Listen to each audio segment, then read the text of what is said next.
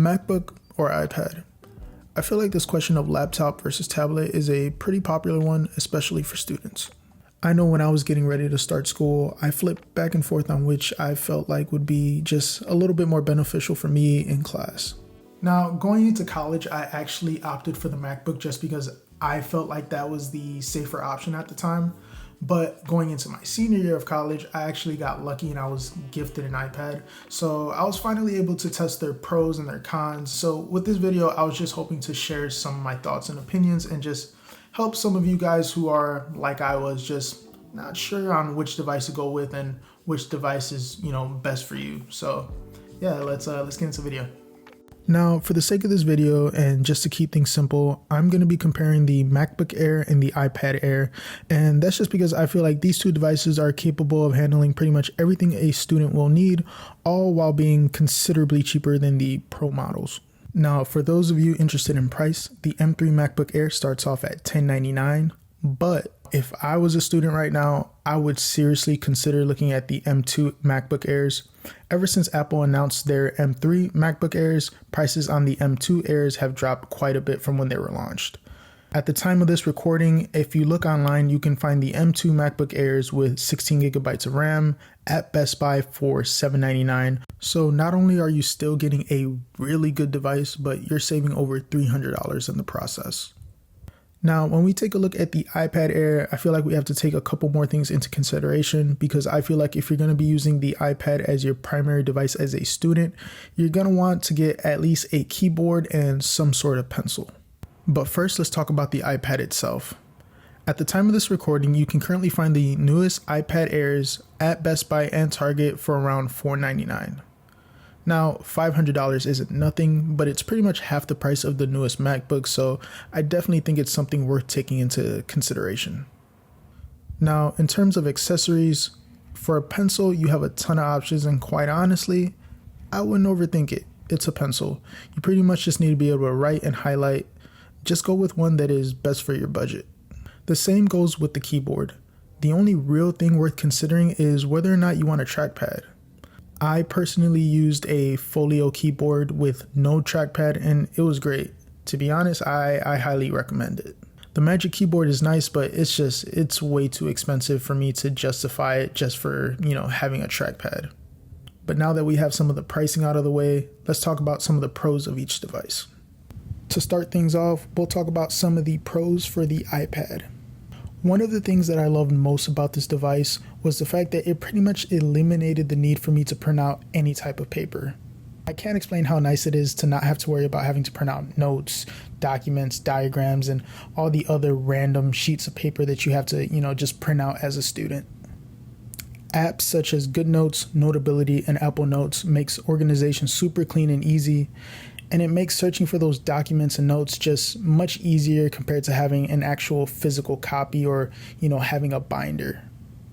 The next pro that I really enjoyed was the ability to just write on documents. Now, this kind of ties into the last pro, but just the ability to, download a document or note, write on it, and then just save it is just much easier and just a little bit more practical. A lot of my professors when I was in college had copies of their lecture notes that we could just download and write on. So being able to just have my iPad, being able to write on that just saved me a lot of time and unnecessary just rewriting of information. And finally, the iPad just has the upper hand in just versatility and just all-around portability. With the iPad, you have the option of writing, typing, all while keeping it in a very just nice small form factor. Sure, the typing experience may not be as good as it is on a MacBook, but I feel like the versatility and just having options it's a good and worthy trade-off. Next, let's talk about the MacBook. Now, one of the big and just kind of more obvious reasons for choosing a MacBook over an iPad is the fact that you can run computer-specific programs. I think this is where you as a student need to take into consideration your major and kind of what are the things that you're going to be doing on a daily basis with these devices. For example, if you're a computer science major and at some point you're going to be doing some type of coding, then the iPad probably isn't the best for you and you should probably go with a MacBook. Or maybe you're an English major and you're going to be typing tons of essays and maybe the keyboard and having a MacBook is something that you're going to find a little bit more valuable. But again, this is something that's going to come down to you as an individual, and this is something you may want to think through before making your purchase. The next pro for the MacBook Air would be the ports. Both the M2 and M3 MacBook Airs come with two Thunderbolt/USB 4 ports and MagSafe charging. Now, this isn't exactly a ton of ports by any means, but it's still better than the one USB-C port that you get on the iPad Air. Finally, the last pro that I have for the MacBook Air is just going to be the fact that you get just a little bit more storage and RAM with the base configurations. For example, you get 256 gigs of storage on the MacBook Air, whereas you only get 128 on the iPad Air. And on the MacBook Air, they now start at 16 gigabytes of RAM, whereas you only get 8 gigabytes of RAM on the iPad Air. Now, this isn't exactly a ton of storage or RAM for either device, but I promise as a student, you can definitely make this work.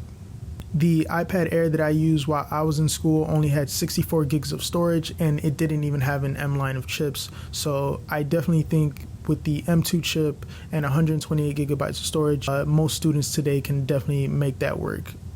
Now, my experience with both of these devices was fantastic, but for different reasons. Like with the iPad, as I mentioned, it saved me a ton of time, and along with being just a versatile productivity champ, it's just a great device to just consume/watch media. I mean, I wasted so much time just on YouTube and just, streaming different content. So yeah, it's a great device. Now, the MacBook, on the other hand, was fantastic when I needed to type essays, reports, or when I needed to use apps such as MATLAB, Prism, or Photoshop.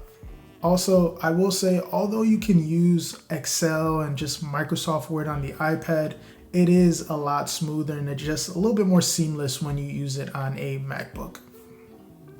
Now, for those of you who are curious about my recommendation, if I was going back to school, I think I would lean slightly towards the iPad. But again, that's because during my undergrad experience, it involved a lot of just note-taking, and I just found the iPad and the Apple Pencil to just be invaluable. Plus, if I was ever in a situation where I needed a computer, my university has a library where they offer just public desktops that people can use. So, that's always an option if I needed that. Now again, if you're someone who knows you're going to be using a keyboard very often, or maybe you just need to use computer specific programs, or maybe you just like typing just more in general, I think you're just going to enjoy the MacBook just a lot more. So that's definitely the one I would go with if I was in that situation. Now, if you made it to this point and you still have no idea which one to go with, then my recommendation would be to just go with the MacBook. There's never going to be a professor that expects you to have a tablet. It's just more of a preference thing. But, they may expect you to at the very least have a laptop. So that's what I would go with if I was unsure on which device was best for me. Now, if any of you have any questions or concerns, let me know in the comments. I'm going to do my best to reply to everyone. But yeah, thank you so much for watching. Have a happy new year, and I'll catch you guys in the next one. Peace.